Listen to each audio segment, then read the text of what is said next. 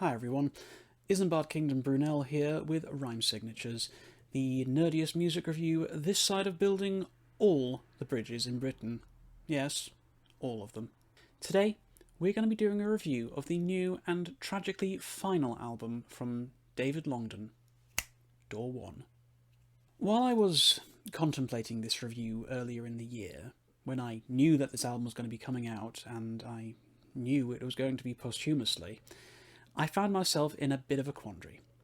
How exactly am I supposed to review this in an objective and critical manner given the circumstances of the release?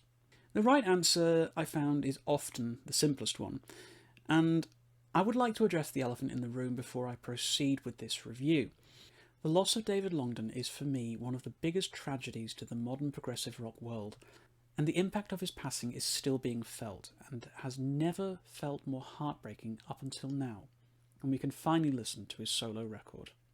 I will be deviating from my norm, and I will not be assigning this album with a numerical score, as I feel to do so would be disrespectful to David's memory, and instead I will be discussing how this record made me feel, and I will be exploring some of my own personal history with Longdon as a musician. So, let's step back in time a little bit, shall we? The year is 2012, and young-ish me is trawling the internet looking for some good tunes to fill my ears. I stumbled for the first time on progarchives.com and their yearly rankings lists, and I saw that there was a curiously named band called Big Big Train currently riding high on the top spot, with an album called English Electric Part 1. Being as I am English, and I enjoy the use of electricity on a daily basis, I was suitably intrigued. You know, the incredibly high average score out of 5 might also have been a deciding factor as well, but, I was not really ready for how much of an awakening this album would give to me in respect of modern classic prog. Up until this point, I had honestly still been primarily riding the metal train in most of my musical shenanigans. So, honestly, it was a bit of a delightful change of course for me to hear this record, and for it to have impacted me as much as it did. Sitting in the centre of all of this was the deep and sonorous voice of Mr. David Longdon. He had it all for me. A rich and velvety timbre, a heartfelt gentleness, and a powerful, commanding presence amongst the music. I was utterly in love, and still am, with the sound of Longdon's voice. I began to appreciate this type of progressive music more and more, and I felt carried along by the momentum of Big Big Train, finally branching off from my usual haunts and at last embracing a more varied musical diet.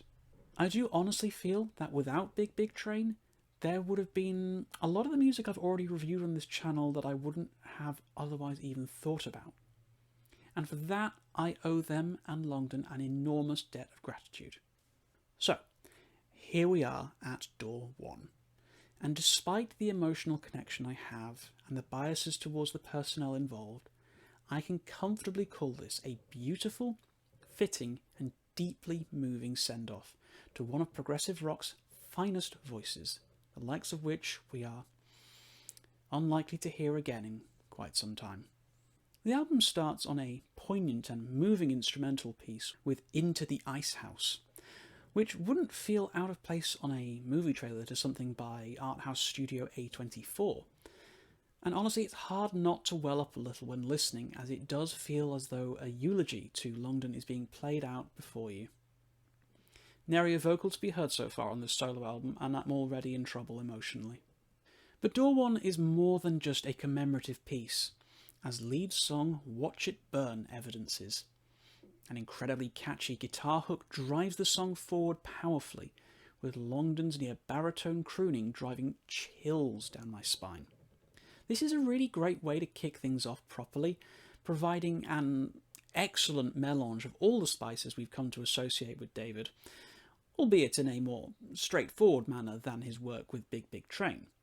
This, after all, is most assuredly Longdon's solo piece, and as such it is primarily driven by his vocals and lyrical compositions, rather than complex or intricate musical passages as one would expect on the train. The record doesn't really waste any time either, as we move into There's No Ghost Like an Old Ghost, which evokes similar moods and motifs, for my ears at least, to Gilmour-era Pink Floyd. Gentle keyboards underline a charming campfire feel to the lyrics, with the instrumentation being largely stripped down during the verses, which serves to cap off just how strong Longdon's voice is, before the whole backing band explodes over the chorus. It's honestly a delightful song and an easy favourite on a record filled with nothing but excellent music. Third track, The Singer and the Song, is one of the more morose sounding, initially at least, seemingly a semi-autobiographical treatise as to how challenging it can be to actually write music and perform it.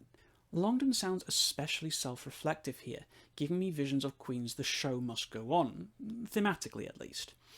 Although in fact I would compare this more to Elton John from a purely musical perspective, and frankly for me any song that can be compared in any way to both Queen and the Rocket Man can't be a bad thing. It's another surefire hit with a beautiful crescendo and a delicate come down at the end. We follow up with Forgive But Never Forget and Sang Froid, the former of which is easily one of my favourite songs on the album, with David's plaintive, pleading lyrics setting off goosebumps every single time I hear it. It's a darkened track, introspective and cold, but setting off a warmness in my heart despite this. David's voice is caramel rich and textured on this song, more so than even everything else before it on this record. But there's a bitterness to both the vocals and the music, with some marvellous and haunting guitar solos on offer. And honestly, it's hard not to feel yourself nodding in solemn agreement with the resentment behind the song's lyrics. Sang Froid carries some beautiful haunting tones across what feels like quite a whimsical song really, almost bouncy in some places across the verses, and it serves as an elegant palate cleanser after the embittered track that came before it. Longdon soars again, delivering some of the highest tones and longer sustained notes on the album, making this song one of the best for showcasing just how strong his voice is. This all brings us to the longest song on the album, The Letting Go, sitting at 10 minutes and 41 seconds in length, a bold choice given the much shorter structure of the rest of the album.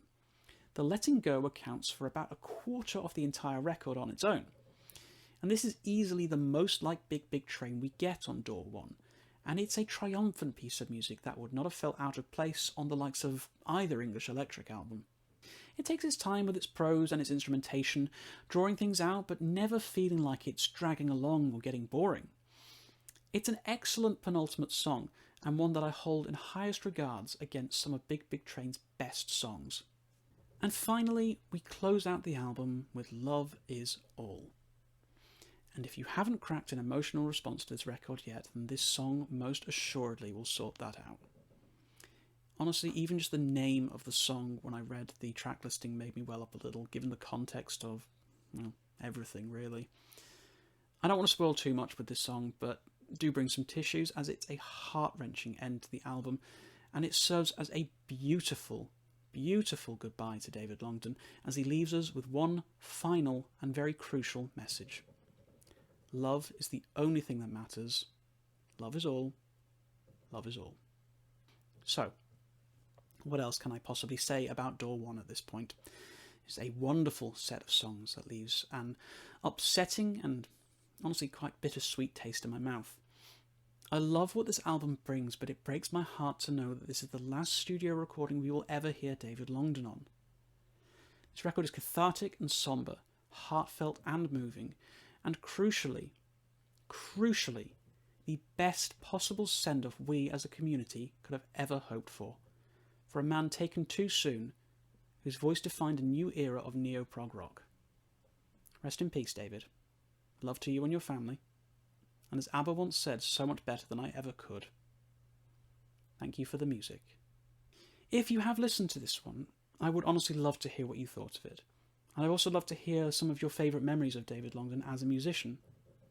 If you did like this video, please do share it with anyone who you think would enjoy it, and please do consider subscribing for some more content. Until next time, guys, keep your rhyme signatures odd.